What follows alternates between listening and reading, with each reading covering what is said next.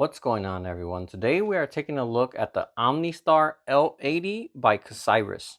Taking a look at the specs, this has a 1080p resolution, 1500 ANSI lumens, built-in speakers with 30 watts of power, autofocus and auto keystone correction, and built-in Wi-Fi to cast video or audio from your phone. Taking a look inside the box, you have the projector itself. Then you have the AC power brick, which is honestly quite large, but I guess since it does have a very bright LED output, maybe that was needed. I don't know, but I don't think I've seen a power adapter this big with a projector so far, but it is what it is. Then you have the remote, which honestly is a pretty good remote. This feels like something you will get with an Amazon Fire Stick or Shield TV. The buttons feel nice and clicky, good feedback to them, and overall it just feels like a solid remote. So taking a look at the projector itself, this is definitely a nice looking projector, especially when you consider how little it actually costs. Looking at the front, you have the large lens here, along with a nice fabric mesh that kind of makes it look like a Bluetooth speaker. As I said earlier, this projector has built-in speakers which fire out of each side. I tested these earlier and they're definitely very good speakers. They have a nice and full sound and even decent bass as well. If I were to compare this to a Bluetooth speaker, I would say it's somewhere around the output of a JBL Charge. So coming around to the top, all you have is just a power button back here and then your LED light that shows when it's on. Nothing on the side except for these grills. Coming to the bottom, you have 4 feet here. You have a filter you can remove and clean. Then right here, you have this little switch, and that's what makes this little adjustment peg come out. Coming around back, you have your DC power port, your Ethernet port, 2 USB-A ports, 2 HDMI port, a headphone port, and a USB-C port. Very cool to see that USB-C port because you don't see that often. Mostly just have the USB-A ports and not the C. But now when you're outside or whatever using this projector, if you want it, you could also just plug in your phone and charge it from the projector as well. Alright, so when you first turn on the projector, this is what you'll see here. Quick note, I am standing directly next to the projector. It's literally like less than 1 foot away from me, right by my shoulder, and it's also at ear level. So if you hear the fan kind of loud, that's why. I'll admit it is a little bit louder than most other projectors I've tested, but overall it's not that bad. So you have a few different things you can do here. First up here you have screen mirroring, so if you want to cast from your phone, you can do that. This supports Android or iOS devices. You have a few applications on here, Netflix, YouTube, Amazon, a few other things as well. And then you also have an app store. But honestly, unless a projector comes with a built-in Android TV box, usually these apps are a little outdated, a little clunky to use. So for the best experience, I typically recommend connecting something like a Fire Stick or Roku, Shield TV, something like that, because those are going to give you a lot more refined experience. It's going to be more snappy, more smooth. And overall, it's just going to have more app support as well. But then again, if you want to use something like YouTube or Spotify, I'm sure that'll be okay because those are pretty simple. But for movies and shows, that's really better off with the external HDMI device. So coming into setup, you have a few different things here. As I said, you have phone casting, so that's where you have the Wi-Fi. Then you have Bluetooth, and this projector has great sound. It sounds great, lots of bass, lots of volume, up until about 80%. Once you get about 80 to 100%, that's when it gets louder, but the audio starts kind of crackle and not sound as good. But anything 80 and below, great sound. Definitely one of the better sounding projectors I've tried so far. Over here you have projection settings, you can how you want to project. This has automatic keystone and autofocus as well, so that's a nice feature. You don't have to mess with that at all. Definitely works well. The autofocus works well. The auto keystone works well. For a beginner, auto keystone is great. But honestly, if you're using a projector, you want to try to get it as center and straight as possible, because when you do keystone, that adds some artifacts and kind of like pixelation to the image because it's digitally modifying it. So if you're going to get a projector in general, always try to have it centered and the best you can from the start. And if you need to do a minor tweak, that's okay. But for the most part, try to get it without using any digital correction. And then over here, you have your sources. You could also play content from a USB stick or hard drive. So if you're somewhere camping, you don't have internet access, you could, or if you want to go outside, you want to rely on the internet, you could load up some movies onto a USB stick or hard drive and play it directly on the projector as well. And that pretty much wraps up the home screen here. So let's go ahead. Right now I have an Amazon Fire Stick connected to it, and that's what I'm going to use to display it. like I said, it's just much easier and better to use it that way. So one thing I'll say before I dive into the picture sample and all of that is this is definitely a very bright projector. I've tested a lot of these budget projectors under, I'm just gonna say under 800 bucks at this point. And a lot of them have like 800 lumens, 500 lumens. They don't look that great. They kind of look washed out, but this is definitely very bright. My dedicated projector I have in my basement here is a BenQ HT3550, which is a 4K projector. It costs about $1,400-1,500.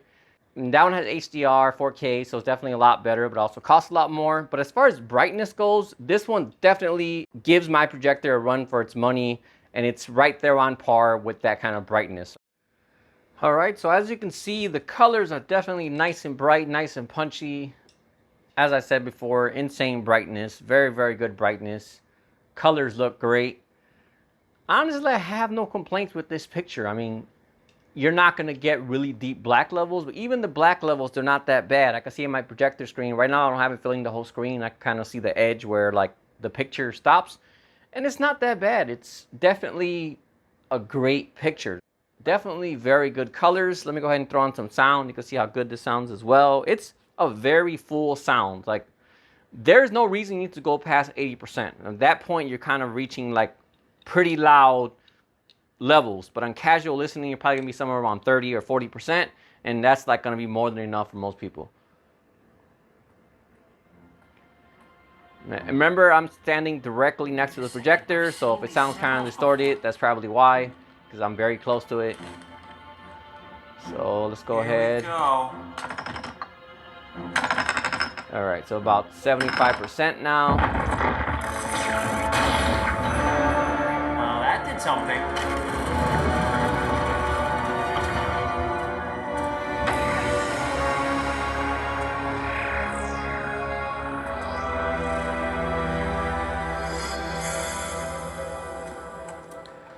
Like I said, definitely very happy with the sound. And surprisingly, actually has good stereo separation as well. I'm sure there's some kind of like processing in there, maybe some Dolby effects. I'm not sure. I didn't check on that too much.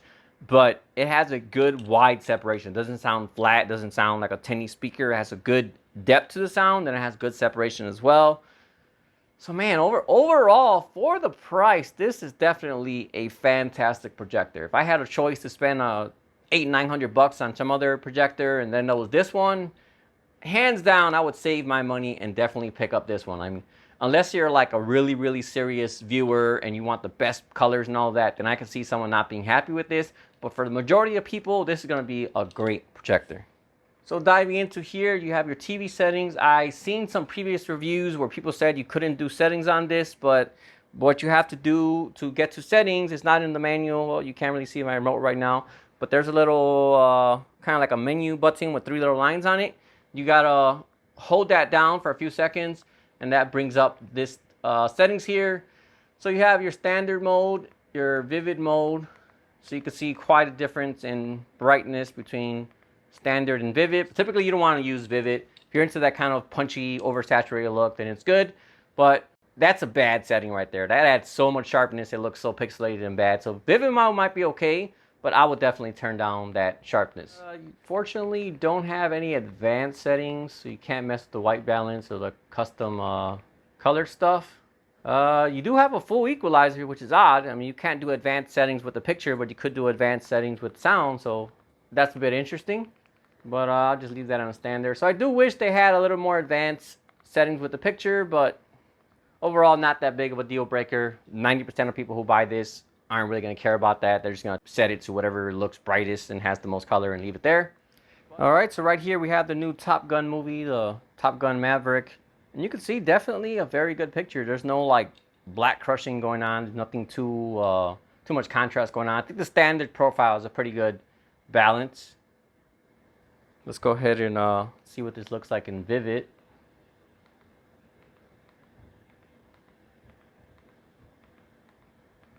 Yeah, so I think the picture could get a little better between standard and Vivid, but I definitely wouldn't use Vivid as they have it programmed because that's just cranked way too high. But somewhere between standard and Vivid using user settings would probably be a good balance if you want it a little brighter as well. But like I said, this is a very bright projector, so on standard mode, most people are definitely going to be happy with that. Let me go ahead and switch on the lights so we can see what this looks like with the lights. I have a ton of overhead lights here. It's very bright, and it does wash it out a little bit. I mean, that's expected with any projector. But overall, it's still a very visible and usable screen. If I had a cheaper projector, like many other cheap projectors I've seen, this would have been barely visible at all. But you can see, still have a very nice and defined screen. Like, the only time I can see this getting really washed out if you're like outside and the sun is shining directly on the screen area, but that's going to happen with any projector. But this is definitely one of the better and most bright budget projectors I've used so far. All right, so I switched the lights back off, and you could see once again it looked good when the lights were on, but once you turn off the lights, that's when it really comes to life, and you can see these colors really pop. Overall, this is definitely one of the best projectors in this price range. So if you happen to be looking for a low price but well-performing projector, then I 100% recommend this one here, which is the OmniStar L80.